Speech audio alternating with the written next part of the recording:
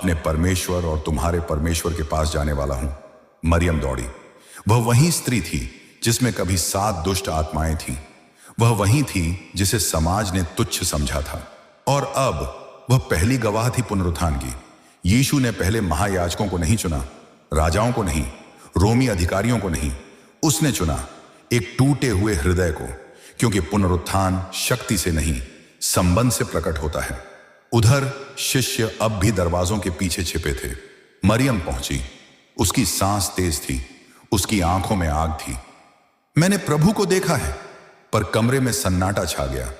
किसी ने विश्वास नहीं किया, क्योंकि डर अभी भी विश्वास से बड़ा था। पर अब कहानी बदल चुकी थी, क्योंकि यीशु किसी मंच पर नहीं आया था। वह नाम लेकर पुकार रहा था। और यही बात इस पुनरुत्थान को इतिहास से अलग करती है, क्योंकि यह सिर्फ एक घटना नहीं थी, यह एक बुलाहट थी।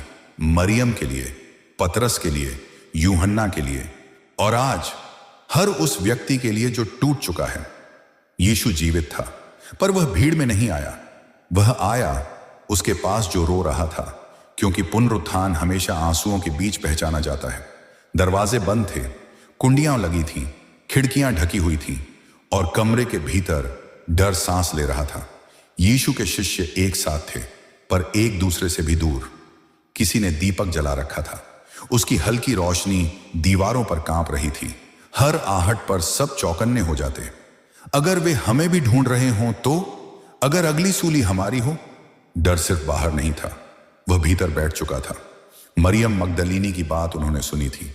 मैंने प्रभु को देखा है, पर विश्वास करना आसान नहीं था, क्योंकि आंखों ने सूली देखी थी, मृत्यु देखी थी, और मन अभी तक वहीं अटका हुआ था। और तभी कुछ हुआ। कोई दरवाजा नहीं खुला, कोई कुंडी नहीं हिली, पर वह वहां खड़ा था, बीच कमरे में। यीशु। न कोई आवाज, न कोई चेतावनी, बस उसकी उपस्थिति। शिष्य डर के मारे पीछे हट गए। कुछ ने सोचा यह भूत है, क्योंकि जब डर गहरा हो तो चमत्कार भी डरावना लगने लगता है। यीशु ने कहा, शांति तुम्हें मिले। वे शब्द जो सूली से पहले भी बोले गए थे, पर अब उनमें एक नई गहराई थी। उसने अपने हाथ दिखाए, अपने पसलियों का घाव दिखाया। घाव अब भी थे, पर वे रक्तस्राव नहीं कर रहे थे। यह शरीर मरा था और फिर जी उठा था। यीशु ने कहा, तुम क्यों डरते हो? तुम्हारे मन में संदेह क्यों उठते हैं? वह जानता था कि वे टूटे हुए हैं। वह जानता था कि पतरस अब भी अपने इनकार में फंसा है। वह जानता था कि सब अपने अपने अपराध बोध से लड़ रहे हैं, पर उसने किसी को दोषी नहीं ठहराया।